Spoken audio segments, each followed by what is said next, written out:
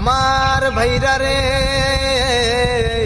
ও আমার বন্ধুগণ, সামনে শীত আইসা গেল, তারপরও আমার মতো সিঙ্গেলের কপালে বউ জুটলো না।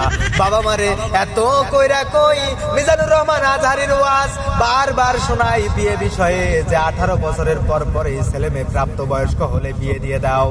শীতে রাতে ঘুমাতে যে কি যে কষ্ট রে বাবা,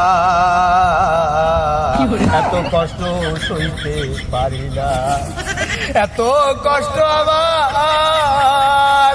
শীতের রাতে বউ ছাড়া ঘুমাইলে এত ঠান্ডা লাগে, পা পাথরের মতো ঠান্ডা হইয়া যায়। কথা কর ঠিক।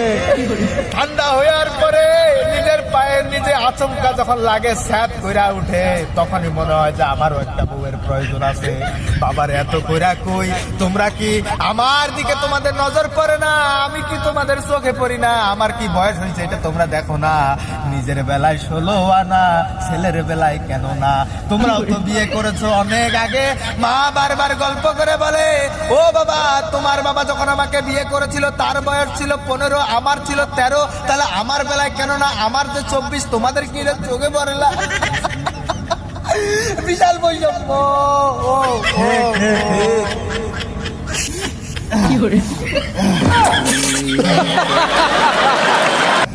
আমার ভাইরা, তোমরা যারা সিঙ্গেল আছো তারা অনুসরণ করে তোলো, তোমরা আন্দোলনে নেমে পড়ো, তোমরা